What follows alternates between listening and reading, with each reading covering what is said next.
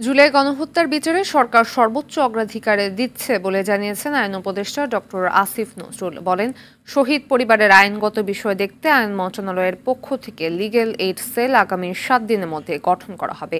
একই সাথে যোগ্যতার ভিত্তিতে শহীদ পরিবারের সদস্যদের কর্মসংস্থানের অগ্রাধিকার দেওয়া হবে। ঢাকা দক্ষিণ সিটি কর্পোরেশনের নগর ভবনে জুলাই স্মৃতি ফাউন্ডেশনের পক্ষ থেকে শহীদ পরিবারকে আর্থিক সহায়তা প্রদান অনুষ্ঠানে তিনি এসব কথা বলেন। এ সময় উপদেষ্টা সৈয়দা রিজওয়ানা হাসান বলেন, সরকারকে প্রশ্নবিদ্ধ করতে অনেক ষড়যন্ত্র চলছে, নিজেদের মধ্যে বিভেদ তৈরি না করার আহ্বান জানান তিনি। জুলাই স্মৃতি ফাউন্ডেশনের সাধারণ সম্পাদক সার্জিস আলম বলেন, শহীদ পরিবাররা কেউ আর্থিক সহায়তা চায় না, তারা শুধু চায় বিচার। মানবতা বিরোধী অপরাধ, হত্যার অপরাধ, এই হত্যার অপরাধের বিচারের দাবি, বিচারের প্রত্যাশা, এটাকে নিয়ে ব্যবসা শুরু হয়েছে আমাদের সমাজে। এদেরকে আমরা চিহ্নিত করব, অবশ্যই তাদেরকে জবাবদিহিতার আওতায় আনতে হবে। প্রথমে আমাদের শুদ্ধভাবে মামলা করতে হবে।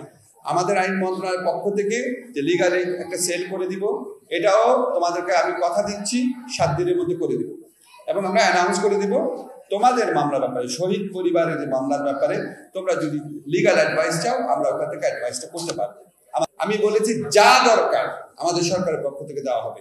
আপনি চিন্তা করেন, যার 2টা চোখ চলে গেছে, তার মানসিক অবস্থাটা কি, তাকে মানসিক শক্তি যোগান দেওয়া, তাকে একটা কাজ দেওয়া, এই সবগুলো কাজই করতে হবে।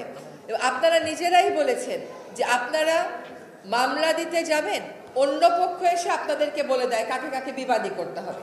তার মানে পক্ষ আবার জাগ্রত হয়ে গেছে সমাজে। তো এই পক্ষের বিরুদ্ধেই তো আমাদের লড়াই। শহীদ পরিবারের বাবা বা ভাই বোন আমাদের কাছে কয়েকটা ছোট্ট জিনিস চায়। তারা কেউই আর্থিক সহযোগিতা প্রত্যাশা করে না। তাদের একটাই কথা, তারা তার পরিবারের, আমাদের যে শহীদ ভাইটি রয়েছে, বোনটি রয়েছে, তার হত্যার বিচার চায়।